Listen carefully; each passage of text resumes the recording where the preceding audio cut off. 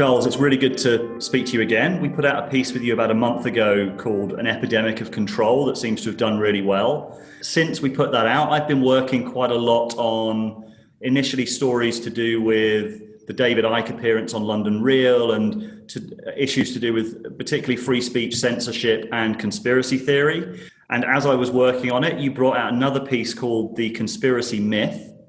And you echoed so many of the pieces that I've been thinking about, been writing about, been making a film about.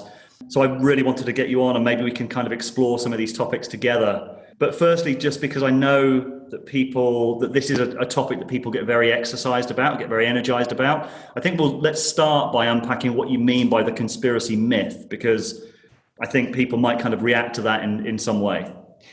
Right. Generally, people react to it with either a big sigh of relief that I'm not one of those conspiracy people because here I am calling it a myth, or with indignation because now I'm smearing them with this epithet of conspiracy theorist, which was in fact, well, who knows what a fact is, but was in fact invented by the CIA to discredit people who disagreed with the Warren Commission's verdict on the Kennedy assassination. So yeah, really good question. What do I mean by the conspiracy myth? What I mean by a myth is very different than what I mean by a fantasy or a delusion. I think the key point is that by calling it a myth, you're not saying that it's untrue.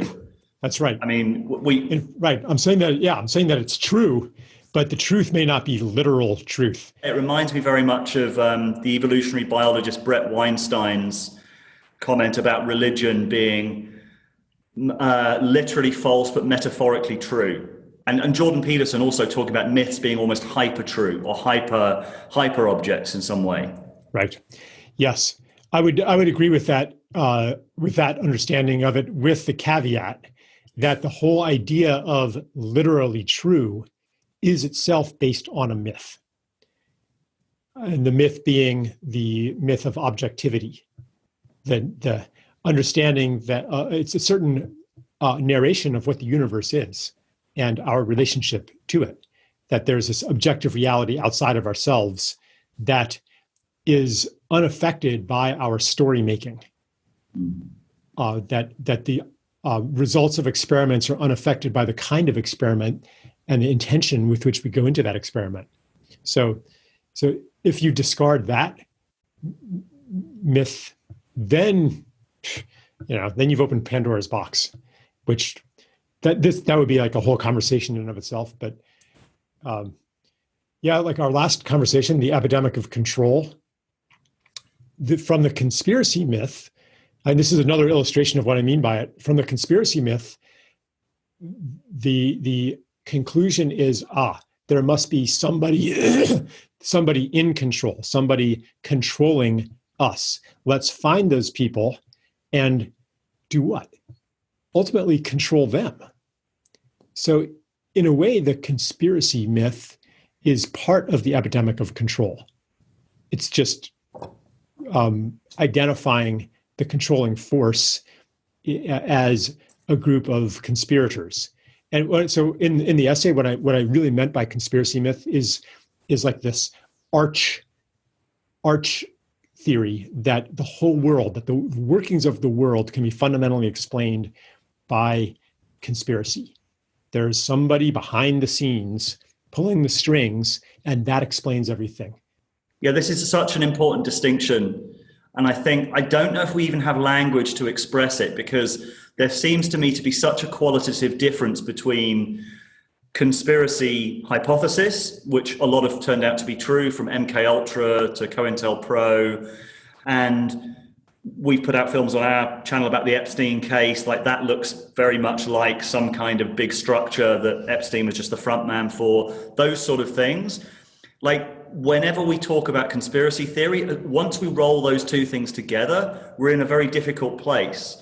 But I think there is a qualitative difference between alternative histories, collusion, corruption, and what feels to me, and I think we need to bring in some kind of mythopoetic or religious dimension to understand the latter, which is this sense of an all-powerful force. how do you differentiate? Because that, for me, is one of the central problems in talking about this, is we're rolling, I think scientists call it an overloaded term.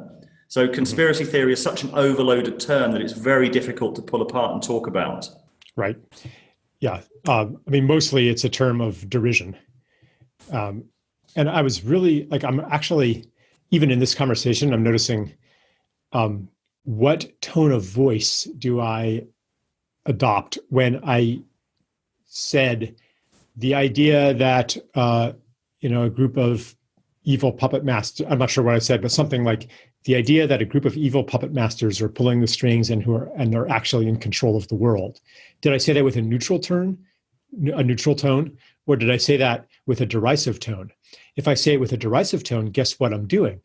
I am joining the playground bullies and gaining acceptance by displaying the correct attitude of the in-group. And I wonder, so it's not, and I wonder if you, like I read your essay as well, which I very much appreciated for its nuance, actually.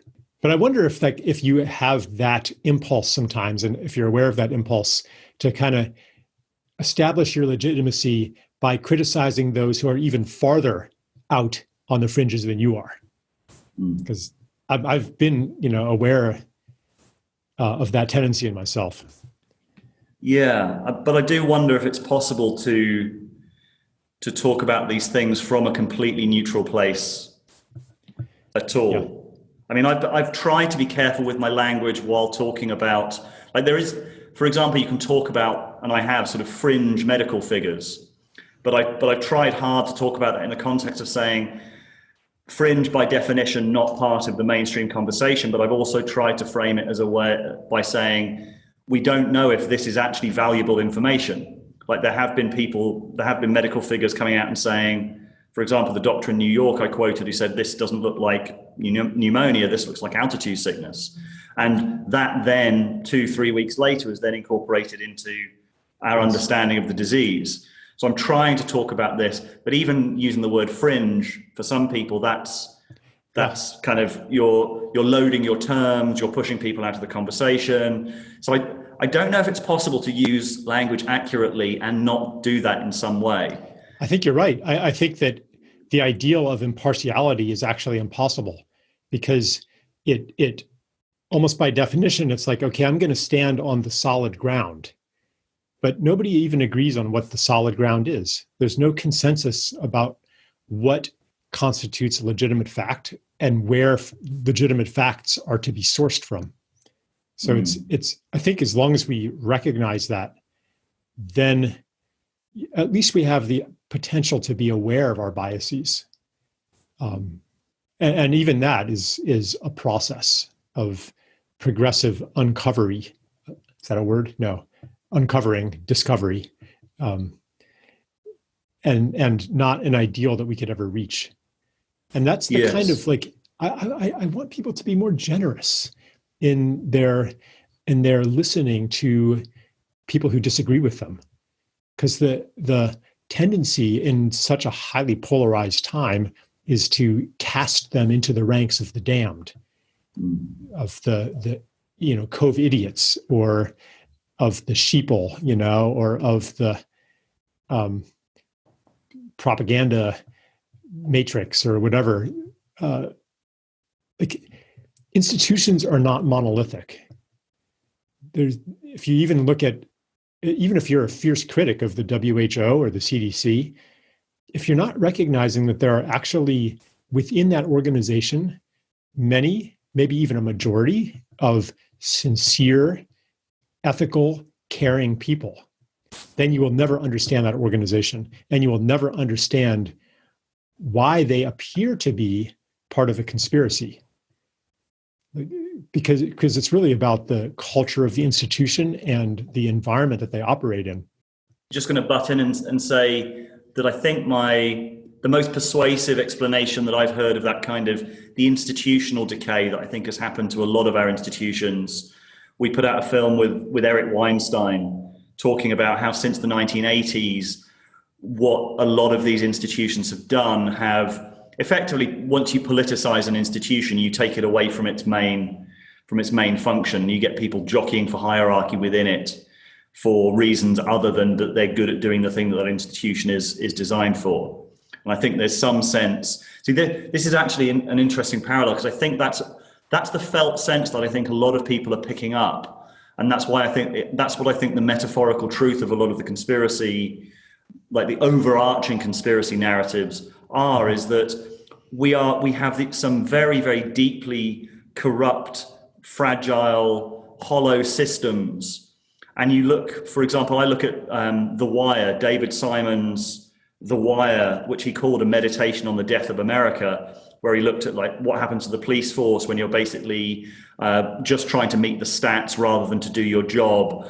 The parallels between the police and the drug gangs, that you get trapped in these systems of incentive structures, and that essentially, and then he looked at the media, he looked at teaching, he looked at all of these different systems and said they're all kind of being hollowed out at the same time. And my sense is that this is what people are picking up on a real felt sense level, that something is deeply off in society. And it's not too big a leap to say, okay, well, who is doing this and who is gaining from this? I totally resonate with that the conspiracy myth comes from a very authentic, accurate perception that our institutions have betrayed us, that they're not serving their declared interests, that they have a secret agenda, that they are the puppets of something. Personally, I don't think that they are the puppets of a group of evil conspirators. I think it's more accurate to say that they're the puppets of a paradigm, of a mythology, of a set of interests, of a system, of an economic system, of an ideology of control. This is what I wrote about in the other essay, that civilization defines progress as the increase in our ability to impose control upon the world and to control the other, to control matter, to control society, to control the barbarians, the terrorists, the weeds, the bugs, the bacteria, et cetera, et cetera. So if we are immersed in that worldview, then it's going to look like something is coordinating everybody toward a goal of more and more control. Or if you have, say, like more mundanely, if you have a system that's set up, a medical research system that is funded at bottom in large part by pharmaceutical corporations who make money by patenting drugs, then you're going to have a lot of money available to study patentable things. And you're going to have, and that money will have infused the entire system, so that if you're a graduate student looking for a good research project, those will be the ones that are available. And that'll be the kind of learning that will be applicable to something that advances your career. So it's not that, you're in the pay of nefarious powers and you're this venal, corrupt, fake scientist who's just in it for the money. It's like that's the whole cast of the system. Like, I don't want to say that conspiracies never happen. I mean, they suppress information. Like, that happens. Look at Vioxx. Like, so I'm not like being Pollyanna here and saying, oh, they would never ever do something that corrupt. They do things that corrupt. I think but I think more often it's unconscious and systemic, which means that you'll never solve the problem by removing the bad actors. Yeah, my friend Peter, I think he said something like we all have to become conspiracy theorists as some kind of initiation. Mm-hmm.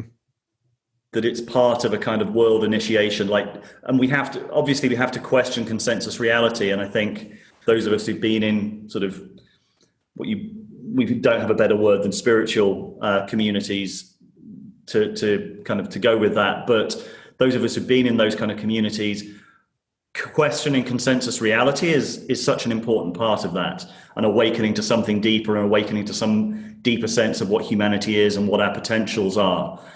But then I guess the struggle the difficulty is not to collapse into another fixed narrative on the other side of that awakening, which is what I've seen a lot of can happen very easily once we've had those experiences. We can have a kind of shattering of an old worldview, but what we often do is we reform an equally solid worldview around some new material that then just kind of, it's part of the same problem in a way, rather than allowing ourselves to remain open to uncertainty and open to the journey. Totally. And often that new worldview is actually the old worldview in coded form. It's just a different form of the same thing. And the real initiation, or like maybe I will say another stage of the initiation, is you go from the default consensus reality to a conspiracy theory or a cult. It could be anything that's the receiving room for people who have left the old story. And then you're like, actually, that's not working either. Like that has some of the same limitations. And so you go to another one, and that process is it's a series of stepping stones into the unknown, into the place of being comfortable with uncertainty and looking at the parts of you that you've kept at bay by offering them certainty. What comes up when you allow yourself to be in uncertainty? When you allow yourself not to know? That requires undoing some pretty deep programming. In our school system, for example, you're rewarded for knowing. You're rewarded for producing the correct answer. Not knowing that's a new habit. And we have an entire scientific ideology that says that humanity is converging closer and closer to the literal objective truth, that we are approaching a theory of everything of the universe, and a technological system that says once we order and affix a number to each object in the world and each person in the world, we convert everything into data, then we will be able to rationally and optimally manage this world. So this prejudice toward knowing and the punishments we've received for not knowing, these constitute a deep programming that really takes some courage and some community to undo, to be okay with maybe nobody knows, and it's okay not to know for a while. I really like that, Charles, because it seems that that's one of the failure conditions right now of politics, of journalism, of all these different areas, is this people who are claiming to know things, like this air of certainty that everyone seems to be coming in with, and it's just falling apart. It's just being obviously challenged because, especially under the influence or impact of so much novelty that we're seeing with the pandemic, anyone who's in any kind of public role who is claiming certainty, and they sort of claim certainty like a kind of defensive posture, everyone is starting to see through that now. And it feels like that particular mentality is what we're seeing being tested to destruction right now. It's the affectation. Like, I come from sort of traditional media, and I think that more than anything is what people pick up on and really distrust, is this sense of the voice from nowhere, this sense of instant expertise on a subject that probably the journalist has just started researching that morning. All of those things, like that air of defensive certainty, just seems to be something that's being, that to me is like right at the core of what's being undermined and dissolving right now. Yeah, especially when it comes from the elites, from people in positions of social authority, because I think with very, very good reason, over the last few decades, people have been in growing distrust of the elites and of their arrogance. If our society had continued to improve, from the post-World War II era, then maybe we would trust our elites. If the ecology of the planet were healing and getting better, if social inequality were improving, If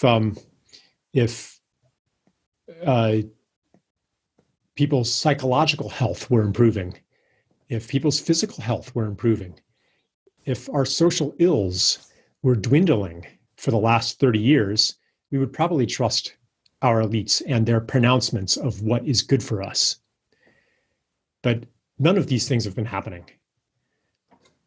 Instead, we've seen growing inequality, growing insecurity, growing psychological distress, depression, anxiety, declining health, autoimmunity, addiction. So somebody comes and says, listen to us, we have your best interests at heart and we know what we're doing. Our lived experience does not confirm that in the way that it might have in 1965. Well, I think it's centrally important to recognize where we are thinking in religious terms and how frequently we're thinking in religious kind of mythological language. Because my sense is with the most, again, we come to this problem with terminology, but when I'm thinking about kind of all-encompassing conspiracy theories, for example, David Icke talks about a murderous cult who are running everything. You have QAnon and the cabal. Like those for me feel qualitatively, whatever the word is, the sort of all-encompassing religious narrative, they're on this side of it. What I find really fascinating about those is that even though you could argue that there's very dark material in there, there's kind of the idea of sort of evil cults, evil small groups of people, they're actually rapture ideologies, because they're saying if only we could expose this defined group of people, then the better world is just the other side of that. If we could only kind of overthrow the cabal, if we could only expose this evil cult, and it could happen today, it could happen tomorrow, utopia is at hand. Like the deep Christian roots of a worldview like that, I think, have to be really made explicit and seen for what it is. Because I'd like, if only the world was that simple, if only it was that easy to achieve utopia. Totally. I mean, that's a perfect example of the new story being actually the old story in different form. The old story being progress through the conquest of evil. The conspiracy narrative is very much the same. You know, we're going to expose the core of evil and overthrow it, and a better world, paradise, will be at hand. The dominant story is the same. Evil taking the guise of chaos, of the wild, of the germs, the unruliness of nature, the natural forces that are indifferent to human well-being. That was, in fact, the concept of evil was originally associated with chaos and the wild. There are like ancient Sumerian inscriptions to this effect that the good king goes out and conquers the barbarians, drains the wetlands, cuts down the forests, slays the wild beasts who become like the wolf, the big bad wolf. They are evil and the sheep is good. The weeds are evil. The corn is good. The barbarians are evil. The civilized people are good. That's where evil came from as a concept. So it leads to an ideology of progress through domination, because we're always good, and they're evil. So yeah, it mutates into conspiracy theory, but in my view, that's not actually a very fundamental revolution. It's still exploring the territory of separation, of control. And to molt beyond that, you have to go through the territory of unknowing. So yeah, I think that's very perceptive, David, that the coded Judeo-Christian dimension to the conspiracy theories. I wondered whether you also get the sense that there's I don't know if it's a new phenomenon, but it certainly seems to have accelerated under the kind of impact of the pandemic, of spiritual communities, new age communities, like it's very difficult nowadays to kind of tell where some kind of all-encompassing conspiracy narrative has come from, whether it's come from sort of the more traditionally kind of pro-Trump right-wing sources, or it could have come from sort of more left-wing natural news, new age places. Like there seems to be this coming together of these narratives in a really strange way. Have you noticed that accelerate? I can't tell right from left anymore. I mean, I thought it was supposed to be the leftists that were eating organic food and using natural medicine and doing home births and saying, question authority, don't trust the man. And now all of that in the context of COVID, that's being associated with the right wing. I'm like, hold on, I thought it was the left that was supposed to doubt authority and rebel and stuff. So it's on the bright side, I think that this is pointing to the possibility of a new populism, an authentic populism that transcends current political categories and that would draw from both the left and the right, from the anarchists and the libertarians. That basically it's the people who are defecting from the establishment, from various forms of orthodoxy. And on the other side are the people who are still bought into the orthodoxy. And again, like this is actually too black and white a picture, because almost everybody I know is a rebel in some ways and unconsciously orthodox in other ways. So this is not actually an us versus them. This is a process that every person on earth is going through. This it's an inner split or an inner indeterminacy. Which side am I on? Actually, maybe the reason that people are so hostile to those on the other side is because the other side represents a shadow part of themselves that they're afraid of. Like I'm sure that the most viciously orthodox person harbors an inner rebel that is being suppressed, harbors part of them that actually does doubt everything that they themselves are saying. And the fear of that suppressed part is actually pretty justified, because that will tear your life apart. It will tear your identity apart.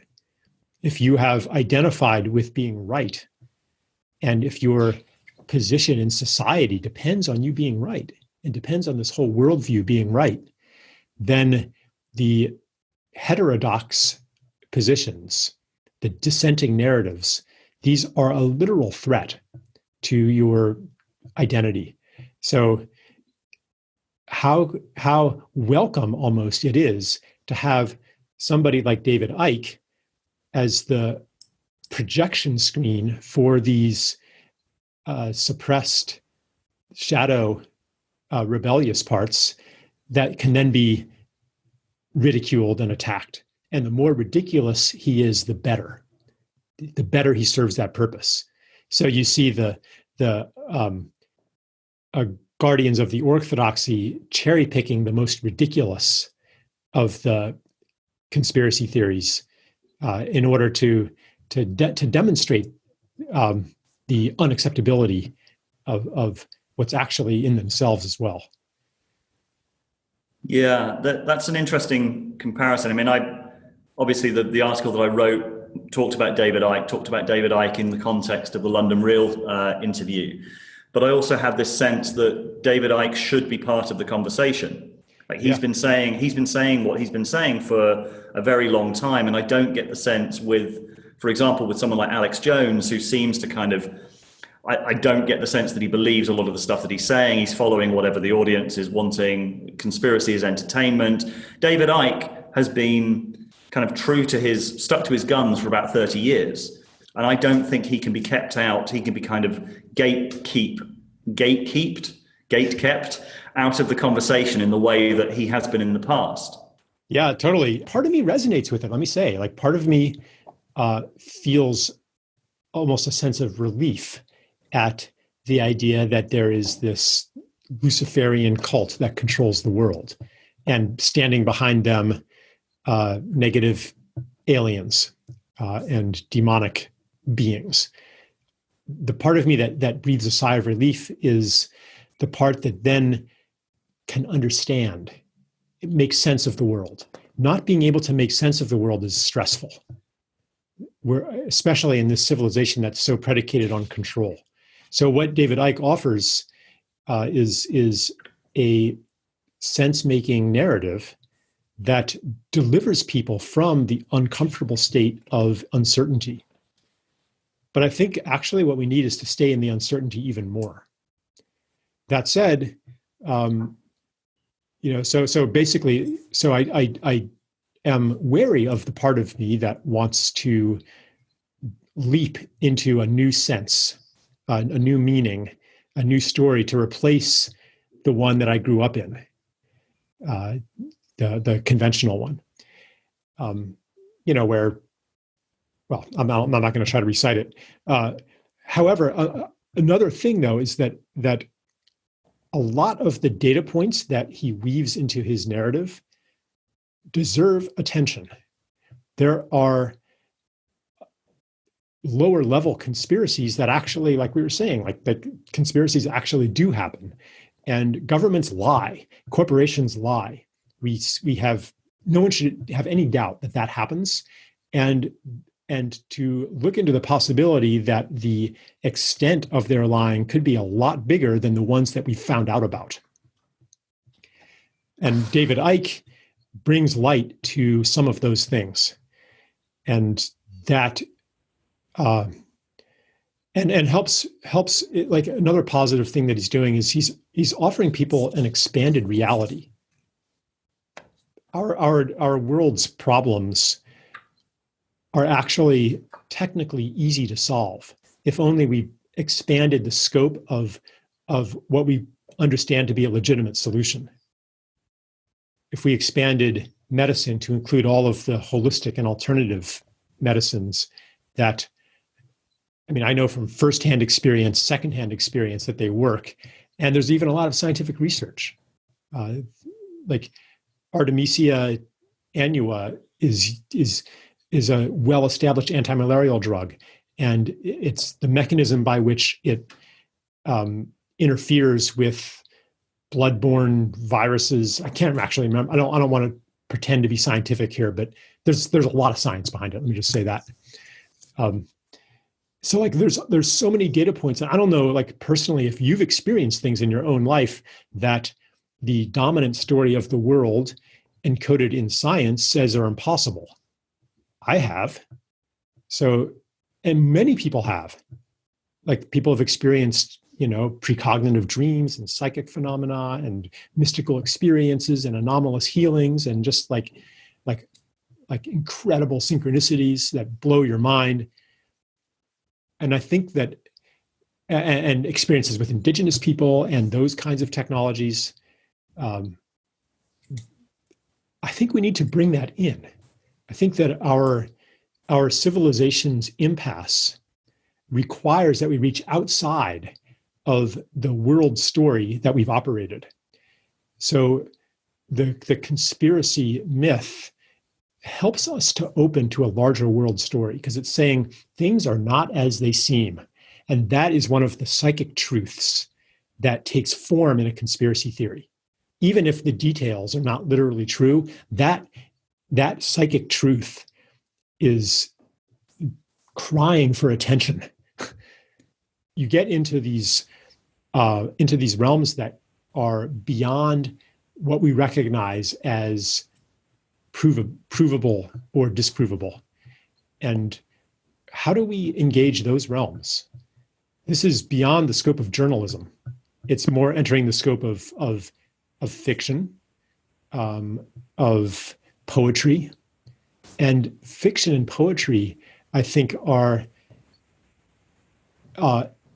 essential. They've been kind of marginalized as entertainment today, but they are essential organs of human knowing that we also need to bring in. So when I call something a myth, that is not to devalue it. I honored David Icke for his work and Lisa Renee and all these other people for their work in telling us a myth and elaborating a myth and giving some form to hidden psychic truths and repressed social truths. I find it interesting as well that these alternative narratives, these myths are coming up in the middle of what is effectively a really liminal space for everyone. Like we just get the sense that the worlds between, or the distance between these worlds are growing ever thinner. We're in a liminal, we're all going through some kind of liminal initiation experience in the middle of this. Yeah. And I think this is just the first step. Things might go somewhat back to normal for a little while, but we're just getting a taste of the dissolving of what we thought was real and permanent and normal. Yeah. I think. I agree. Charles, thank you very much for making the time. Yeah, thanks, David. Hey everyone, this is a very quick message about the Rebel Wisdom Festival at the end of May, which was going to be our biggest ever in-person event with 400 people in London. Obviously that's not happening now, but we've brought it online and we've made it free for everybody. 2 days of rebellious ideas and profound experiences. So we still have all the speakers that we were going to have for the festival, including Daniel Schmachtenberger, Nora Bateson, and we're also adding new speakers all the time. We've just added Douglas Rushkoff and Jamie Wheel, plus a load of great facilitators offering practices and skills to build up sovereignty, sense-making and connection. So sign up at the link and we'll see you there.